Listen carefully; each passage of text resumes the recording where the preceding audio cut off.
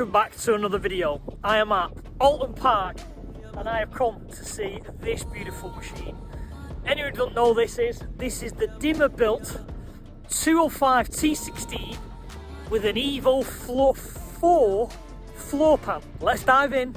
This is a modern day version of the Group area, and anyone who watches this type of content knows I love Group B. So let's dive in, let's have a look, let's follow the day because they're on the track with Teddy. If you look behind it, Teddy's bought the 308 205, which I'll talk to later on in the video. So this is turning out, it could be a good day.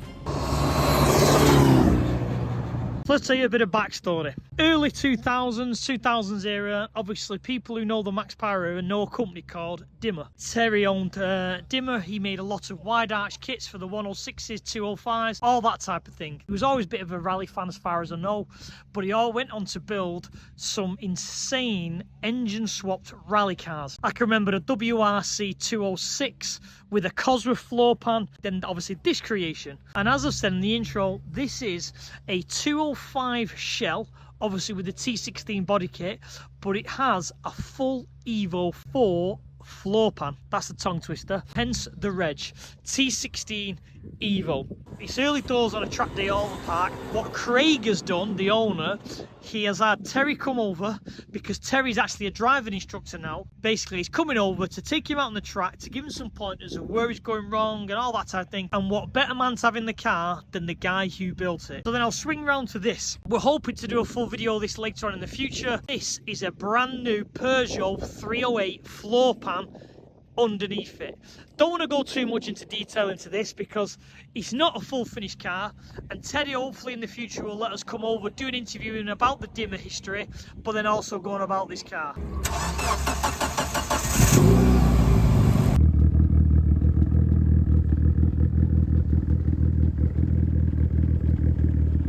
So diving on the inside, it does look like it's all Mitsubishi Evo, and I'm wondering, in fact, it is actually. So what they've done is, so if you look at the door looks like it's originally the Evo door, but then they've extended the skin potentially for the 205. I'm really intrigued on this because I might be wrong, but it just looks like this is huge to cover up basically the B post, and basically I can only surmise that's what they've done, or maybe even thinking about it, they might use the bottom part of the door off the Evo, so it still fits the hinges, and the A post is still Evo. It's a bit of a mix and match this, and I can't tell where the joins are. It's obviously got a full roll cage, as you can see, all in there, all joins in, but it is all Mitsubishi Evo dash. It has this, obviously I think it's just a, no, oh no it's not, it's a sequential shifter, so that means it's still on kind of like a 2 cable H pattern box, but then you just pull backwards and push forwards. It's kind of like a conversion for it. And then as you look in the rear, it has this full tubular roll cage, which looks like it's all mounted into the rear diff area, and that's all braced in. And that just shows you where it joins from original roof to the carbon Kevlar roof, which again shows that this was probably one of the, like a clamshell design like the original T16. The reason why it kind of looks slightly odd to a 205, because in fact if I close this door, just close that door, and you look at the slopes on the two windscreens of Teddy's new build 205 and this 205, you can clearly see the windscreen slope is still off the Evo. We've opened the bonnet, so let's have a look at what makes this so special. This is insane. This is a full Mitsubishi Evo underneath. The 4G63 engine, everything is Evo. Strut tops, so it's not like the engine's been put into a 205 and it's been adjusted. Basically, from what I can see on the full shell is, it's been a 205 body kit on an Evo, and brackets have been made to take the headlights, the front panel and all that. I actually quite impressed, to be fair, because I thought I didn't realise how this had been constructed. From memory, I think it was around 450, 400 horsepower, and obviously all-wheel drive. I don't know if it's got a fancy gearbox, I'll find that out when talking to the owner shortly. Just do it so it's a good solid 400 horsepower and it works. and it's reliable. And that's what we're going to find out today on track. Is obviously Craig can get some seat time with Teddy and he can learn this car, because as far as I'm aware, he's not done many events with this car. It's quite fresh to him, hence him wanting to learn more and more and more. So I do actually stand corrected with this build. This is actually a Evo 5 floor pan. So obviously this was when it was in the magazine, the article, when I think when Teddy had it, when it was freshly built many moons ago. And I think, like you say, you'll agree, it's an amazing car. But this is what we've come to have a look at. Obviously what was done, how it was built, and all that type of thing. Group N car with what looks like a brand new Evo 8 engine, and then he started chopping it up to assemble the 205. As you can see, Teddy did use it for a while as the rally car, hence having the decals of Dimma on. Well, then you can see here where they started to chop it all the back off to shorten it to assemble for the 205. As we've seen, the slope still stays the Evo, and it shows there the Evolution slope, and they've just adapted the wings and the lights all to fit. Very clever build and a very clever way of doing it. Now you can see where they've made the rear clamshell. Obviously this is like a one piece like the original T16. This was obviously to shorten the rear, and it's all Kevlar, as you can see when we've had a look inside the car. Now this is very interesting picture. So the reason why this one's interesting is that's the original exhaust off the Evo, and you can see how much shorter the 205 is to the Evo exhaust. I actually feel the wheelbase is as it was originally, so it's not been shortened in any way. And then obviously you can see it's there prepped for paint against another Dimma 205, and obviously all nicely sculpted and crafted in Kevlar. I think the wings are Kevlar as well to suit. Very interesting way of doing this conversion, because normally when we go and see these cars, it's a full floor pan with an actual shell on the top. But this one is technically a shell which has been made to look like the car by adapting the body panels to fit. Very clever way of doing it, very ingenious, and it is not what I expected when I saw this car many moons ago being built. I actually thought it was a 205 shell on top.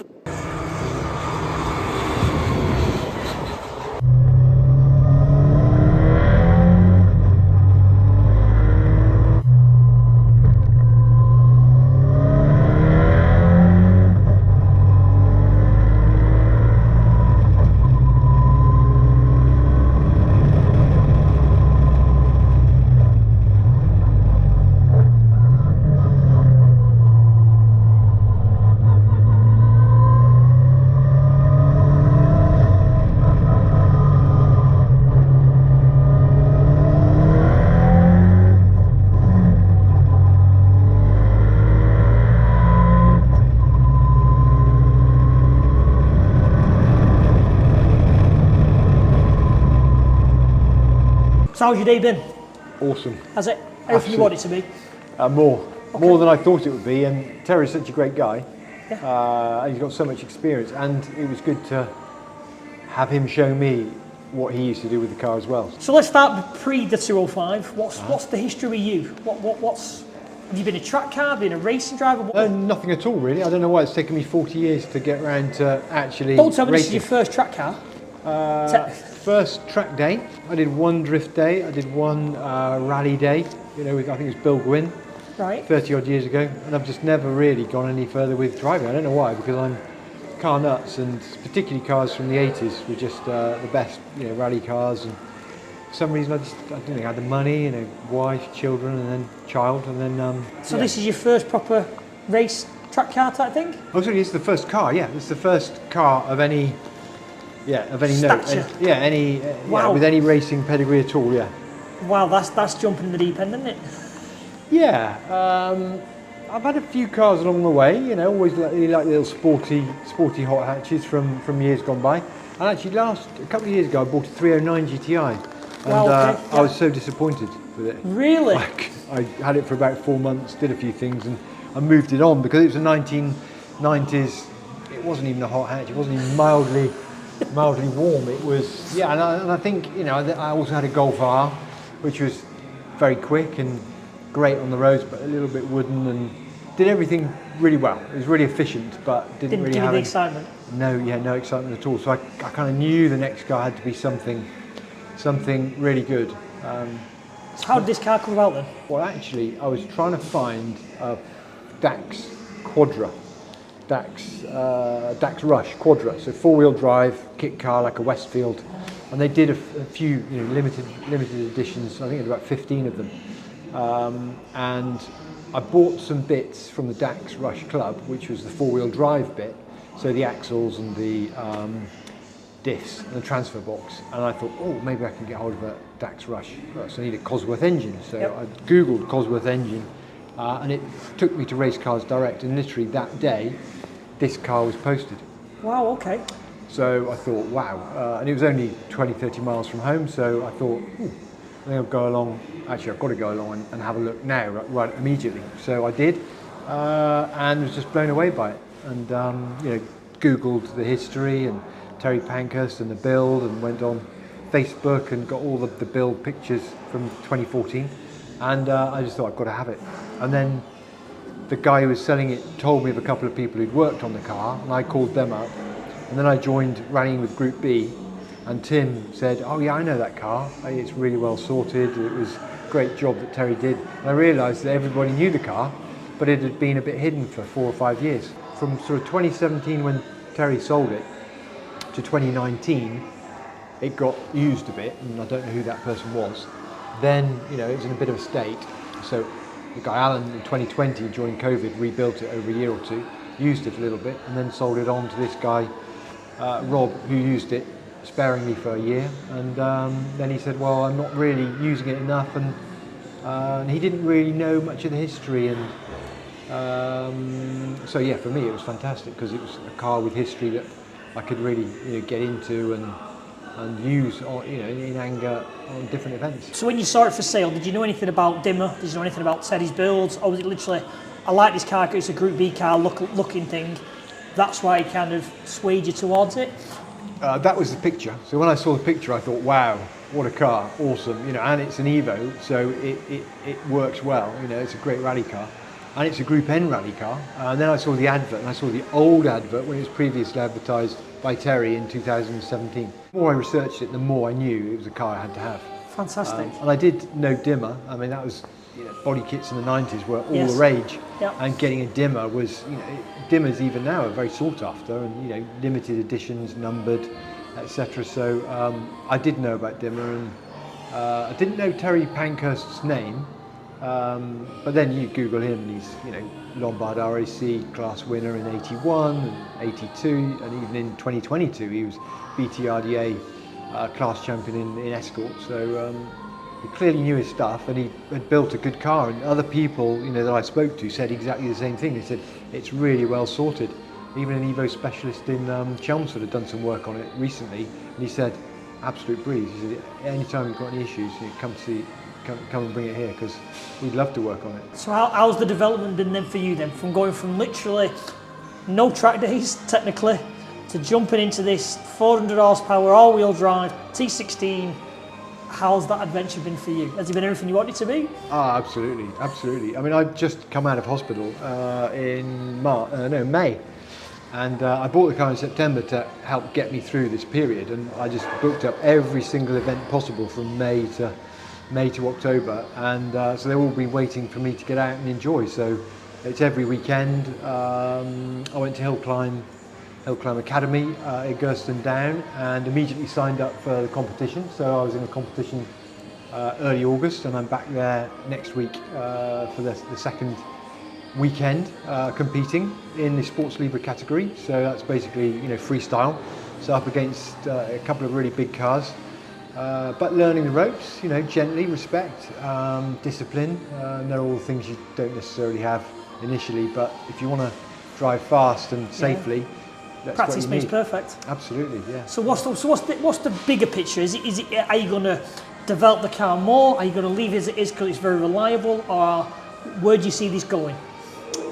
Well, the engine's built for up to 600 horsepower, but I've not got the skills to master 380 or 450, which it's currently got. So I think do lots more events, different disciplines as well, Really stick to hill climbing and sprints. So I've got a sprint at Kerborough, sprint school at Kerborough in September, and Chelsea Walsh in September. So as you can see, I've got plenty on. Plenty booked. Yeah, learn, but do and actually compete as well. And I think it's great fraternity as well out there in racing. If you've got a problem, people will help you out. You know, they're a very friendly bunch, and they've been doing it for decades. So anyone who watches my stuff knows I love the Group B era. yeah. But see, again, the experience of the Group B era is they're horrible to drive. The maintenance is horrendous on them. They're very expensive, and for me, your car has everything it wants to be. It's an Evo, so everything's bolts on. It's reliable. It works as you know. Yeah. But it's got that looks of the Group B era. Yeah, it does, and it doesn't pretend to be one. You know, as Terry said, it's a tribute to the 205 T16. And so many people come up and say, well, it isn't a T16, but wow, it looks great. Little kiddie winks, you know, a display in Cadwell on Sunday. And I said, oh, you know, do you want to go in the car? You know, and they love it, absolutely love it. Yeah. You know, if they like being around it, you know, share it, you know, and have it out there and for everyone to enjoy, you know, out on the road. There's just something about the Group B era. Yeah. Just being around the cars and the presence and the looks and all Yeah. that.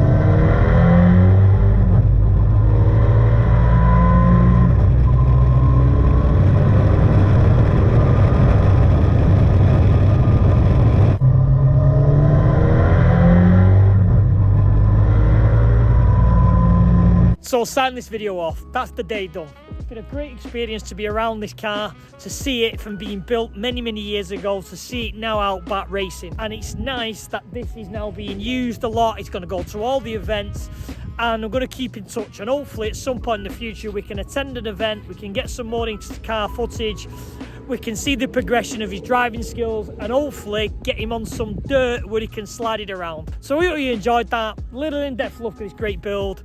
There'll be some more hopefully in the future with Teddy, because hopefully we're going to do a bit of an interview with Teddy about the full history of Dimma. Plus, we'll do a full video hopefully of his 308 205 that you've seen in this video. So plenty more to come.